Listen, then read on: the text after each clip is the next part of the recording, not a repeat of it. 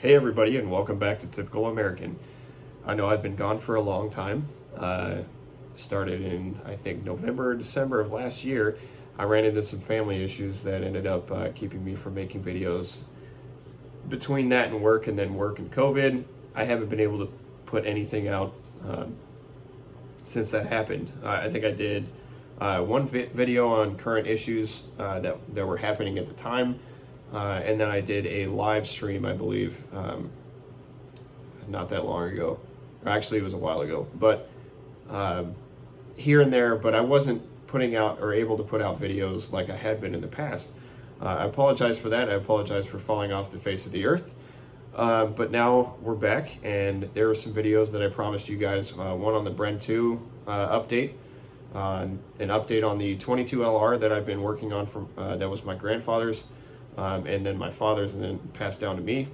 So it's been passed down a couple generations.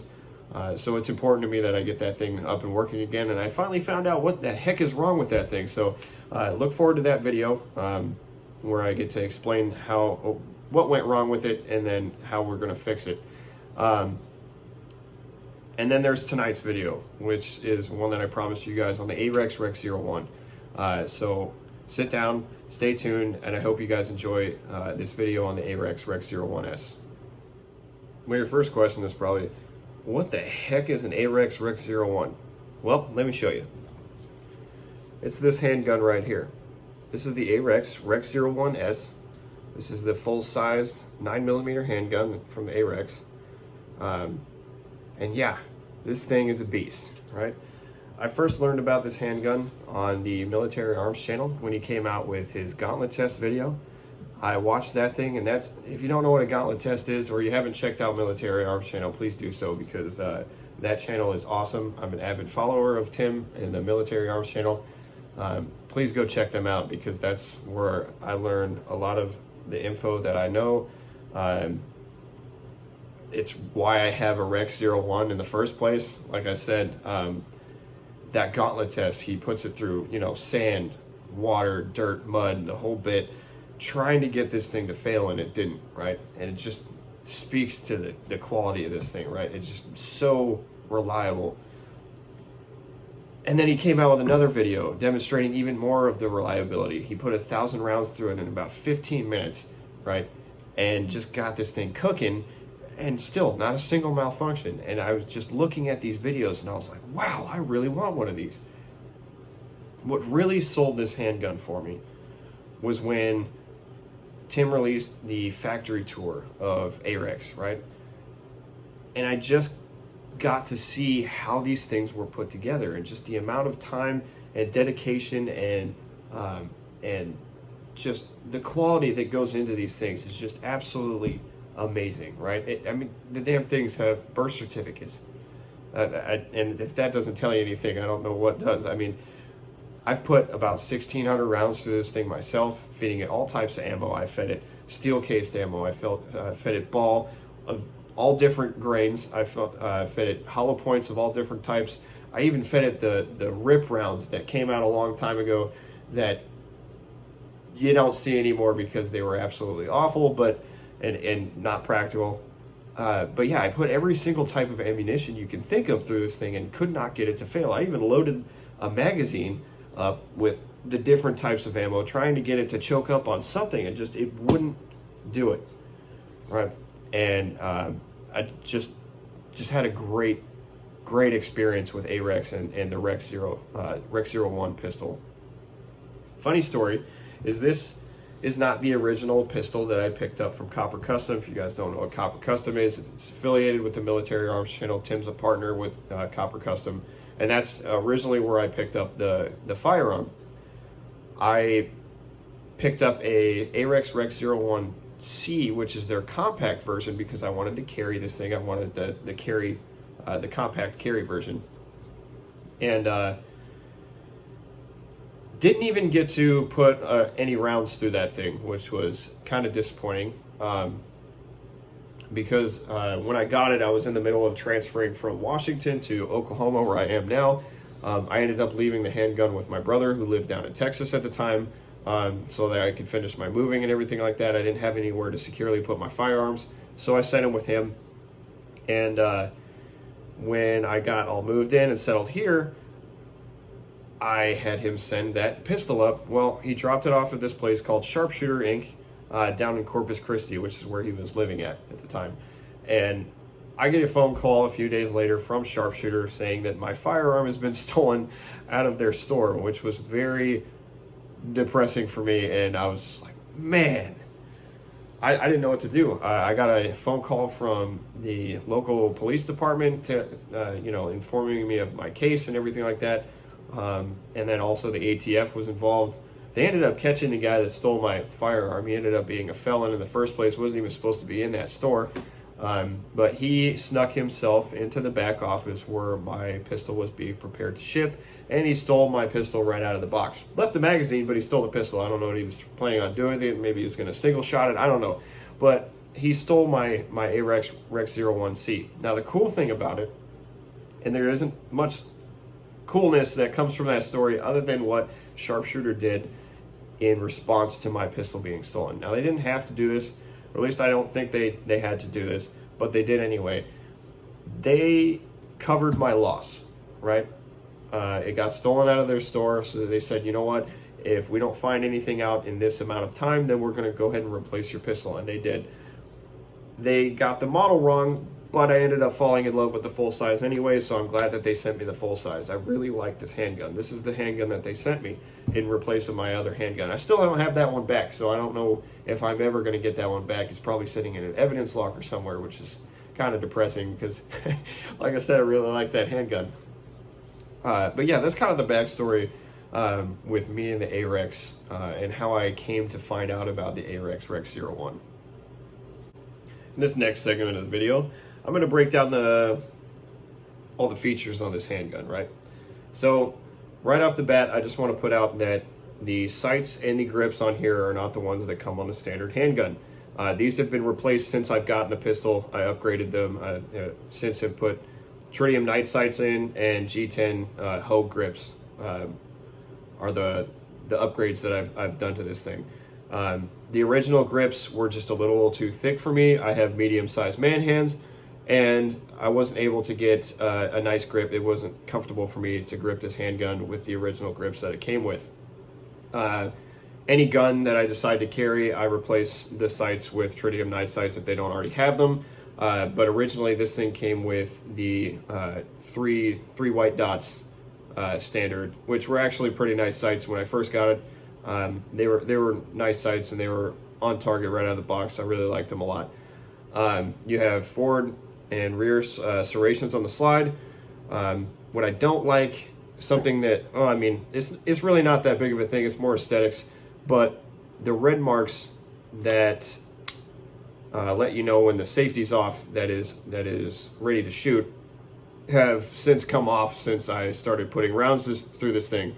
It got warm and then they just started melting off.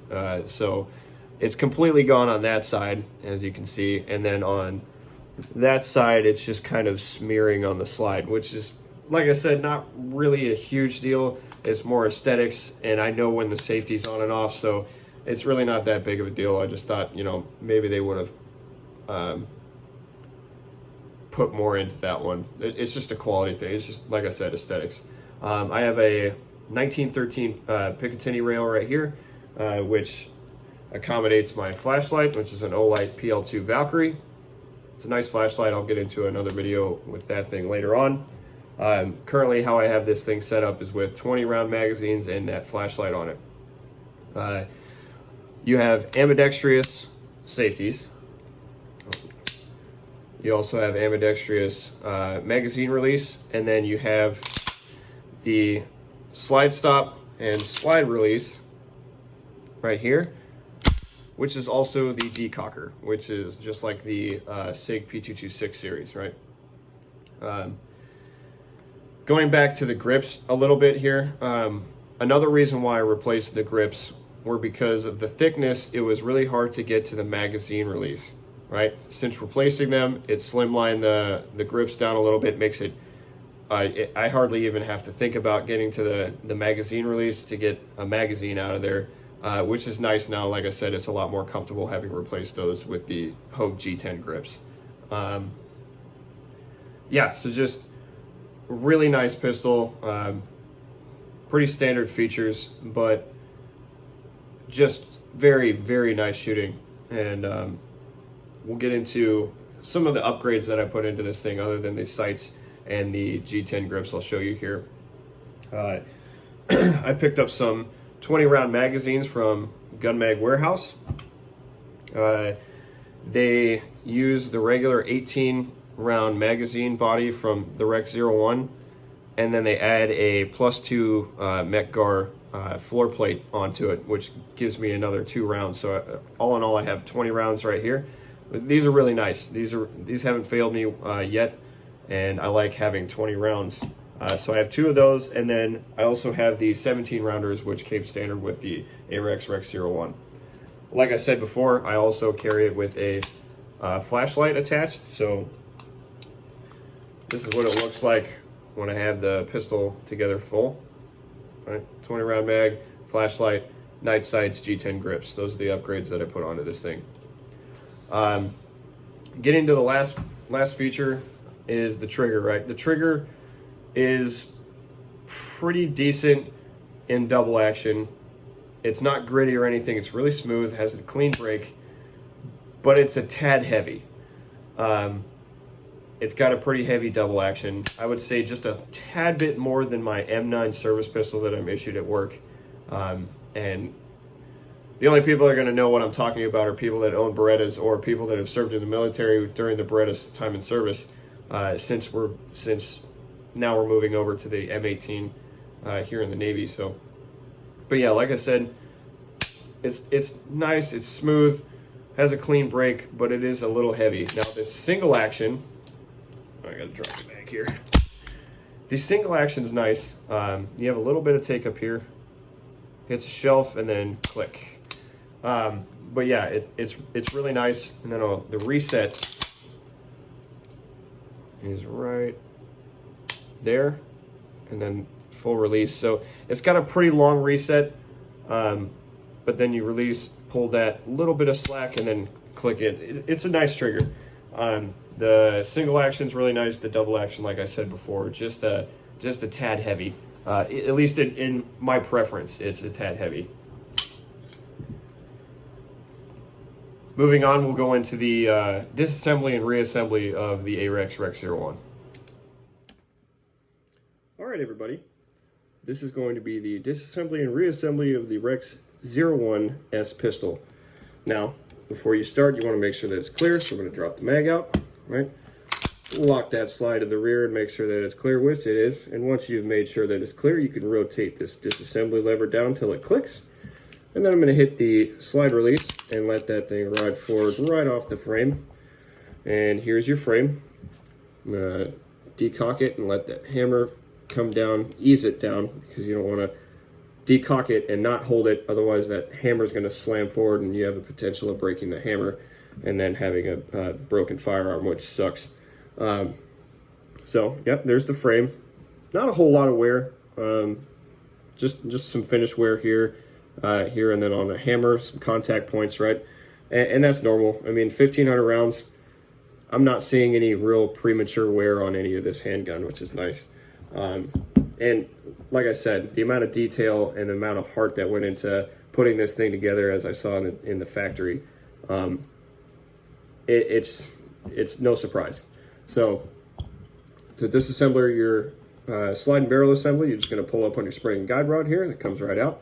And then you're going to lift up and out on your barrel, right? And you got a little bit of finish wear here and here on the hood and the rest of the barrel. Like I said, there's your pretty shiny feed ramp there. Very smooth. Probably why I've never had any malfunctions or misfeeds or anything like that. It just aids in the reliability. So to put this thing back together, all you're going to do is slide that barrel forward and then back till it clicks. Right, and this thing is kind of a pain in the butt. So what you're going to do is angle this thing just right. And then make sure it nests right there on the barrel. You don't want to go too far. I've done that before, and that's just putting the gun back together incorrectly, and it's not going to go back together if you put it too far down. So make sure you don't do that. And then to put the rest of the pistol back together, all you're going to do is make sure that these rails contact. You're going to pull this sharply to the rear, lock the slide, and that in turn locks the pistol back and rotates that lever back up automatically. Hit your slide release, and there you go. All right, everybody, so that pretty much wraps up this video, and it was kind of a long one.